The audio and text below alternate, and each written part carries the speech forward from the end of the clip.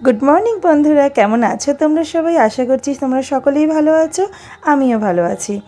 तो सकालेर काजकर्म निये तो चलेई एसेछि। सकालबेला आजके उठते ना अनेकटाई बेला हये गियेछिलो जानो। तो ओई गरमेर जोन्नो रात्रिरे घुमटा ठीक भालो हच्छे ना आर भोरेर दिके चोखटा एकदम लेगे आसछे। तो ओई जोन्नोई उठते देरी हये गेछे आर ओई जोन्नो ताड़ाताड़ि ताड़ाताड़ि करे काजगुलो आमि सेरे निচ্ছি।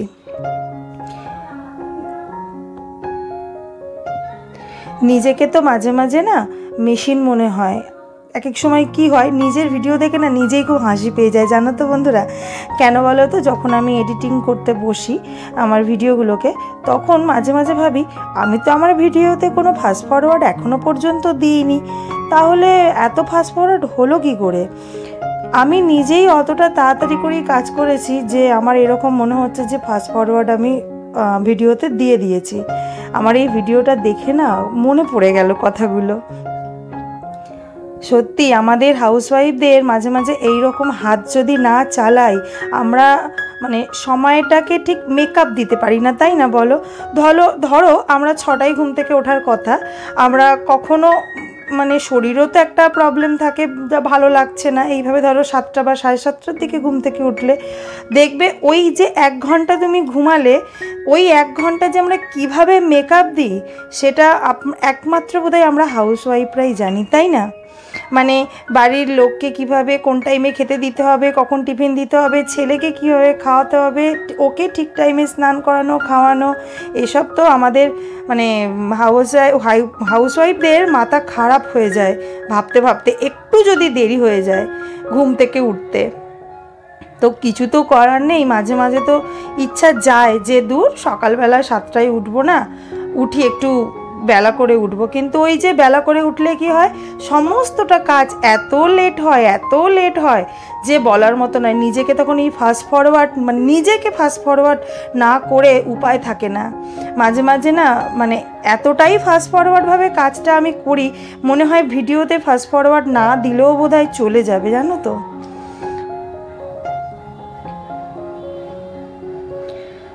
তো কাজ টাজগুলো তো মোটামুটি করেই ফেলেছি। এবার জল ভরবো, সকালে দেখি না বোতলগুলো খালি হয়ে গেছে, গরম পড়তেই দেখি বোতলগুলো না তাড়াতাড়ি করে খালি হয়ে যাচ্ছে। আর কিছু বোতল এবারে আমি ফ্রিজেতেও না রাখতে শুরু করে দিয়েছি। ওই জন্য একটু গরম পড়েছে, একটু মিশিয়ে জলটা খেলে বেশ আরাম লাগে। আর পুরো ওপরে আমাদের দোতলার ঘর তো, আর রোদ্দুরের জন্য মানে এত ঘর গরম হয়ে যায়, তার সাথে সাথে জলের বোতলের যে জলগুলো সেগুলোও না এত গরম হয়ে যায় বলার মতন নয়। আর এই গরমে দেখবে কাজ করতেও খুব কষ্ট হয়। কোন কালে কাজ করতে ভালো লাগে, শীতকালে কষ্ট হয়, গরমকালে কষ্ট হয়। আলটিমেটলি আমরা শুধু বলেই থাকি কষ্ট হয় পারছি না, কিন্তু নিজেদের কাজগুলো না নিজেকে এই মেশিনের মতন করে সকাল থেকে রাত্রিটা কিভাবে যে আমরা কাজ করি বলার মতন নয়।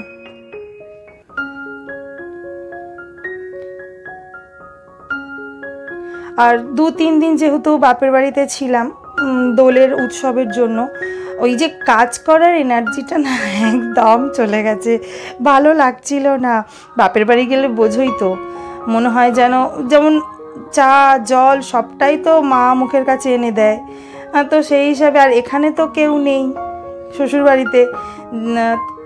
অভ্যেসটা এতটাই খারাপ হয়ে গেছে এই 3-4 দিনে, শুধু মনে হচ্ছে এই কাজটা যদি মানে কেউ করে দিত, এই কাজটা যদি কেউ করে দিত। খেয়ে দিয়ে তো উঠে পড়লাম, মা বললো ছেড়ে দে বাসন মাজতে হবে না আমি মেজে নিচ্ছি।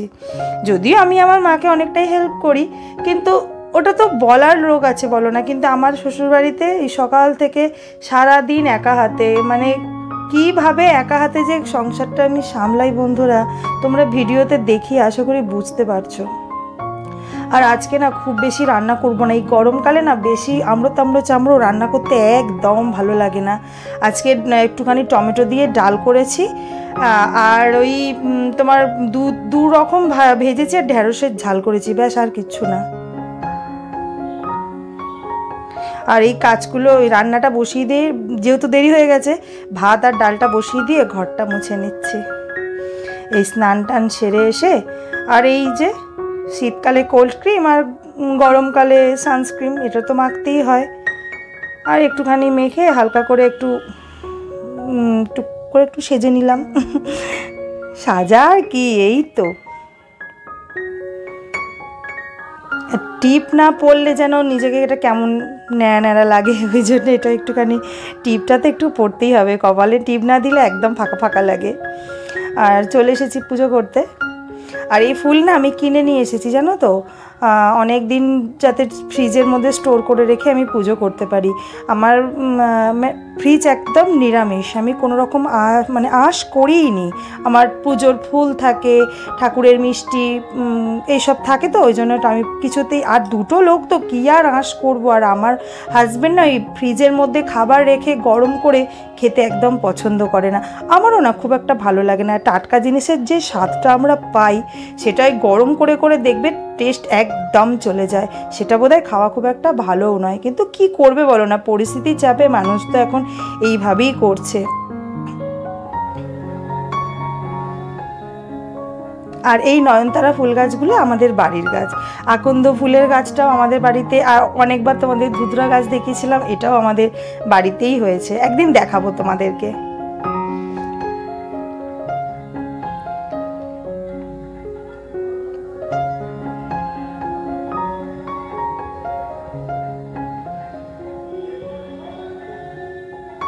গরমে না আমসরটা শুকিয়ে গেছে, জল কিন্তু অনেকটাই আছে, কিন্তু আমসরটা কেমন শুকিয়ে মতন গেছে। বৃহস্পতিবার না হলে না আর ওটা পাল্টানো যাবে না, বৃহস্পতিবারেই পাল্টাবো।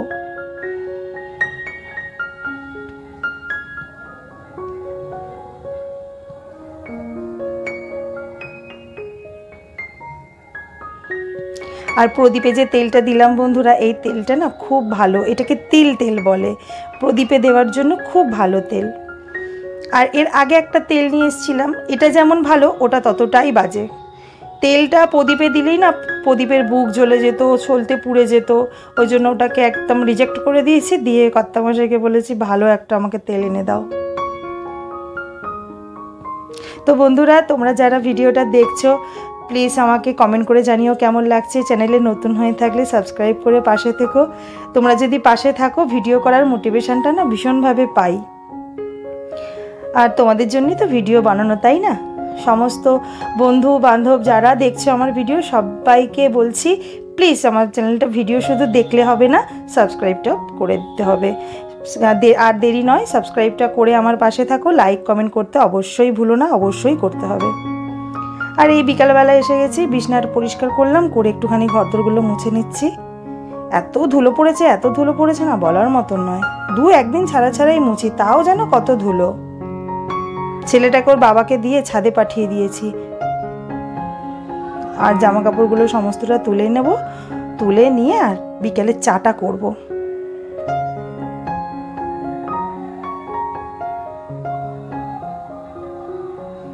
এই দেখো এতগুলো কাচাকুচি করেছিলাম, আবার এগুলোকে গোছাতেও হবে। কমপ্লিট গোছানো। তাহলে আজকের মতন টাটা বন্ধুরা, ভালো থেকো তোমরা সবাই, আর পরে দেখা হবে আবার নতুন কোনো ভিডিও নিয়ে। তাহলে আজকের মতন টাটা, আসি, কাল দেখা হবে।